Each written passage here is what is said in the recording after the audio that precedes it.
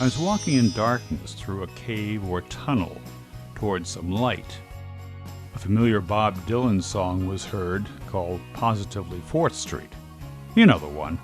You've got a lot of nerve, etc. Although in my dream, I thought the lyrics said, you've got a lot to learn. So I emerged from the tunnel, and I could see a shallow, starlit lake in the distance. I began walking toward it until I felt my bare feet treading in the wet sand or muck at the water's edge. The nighttime sky was filled with stars, more than you can usually see because the sky was so clear, much more so than in an urban setting that's often perpetually cloud-covered or smoggy. When I realized I was about to wade into the lake, I began walking in the other direction, trying to retrace my steps towards the tunnel, but it was rather dark, so I didn't go in the exact opposite direction, but rather off to an angle. And then I came upon another beautiful sight.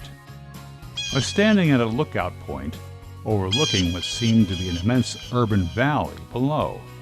This time there was the same starry sky, but right below it was this vast, sparkling cityscape. It reminded me a little of either the Rio Grande Valley of Albuquerque or maybe Phoenix, Arizona, or some other place I'd visited years ago.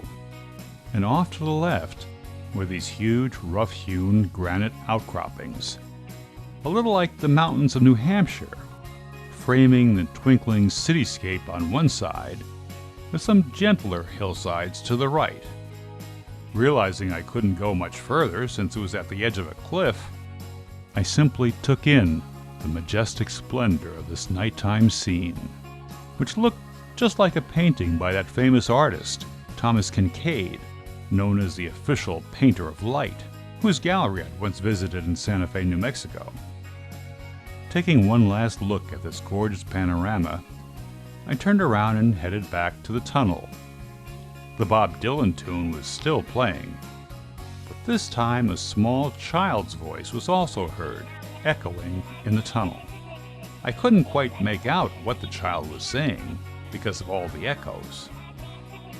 I also had with me a very small, rather dim flashlight which badly needed new batteries.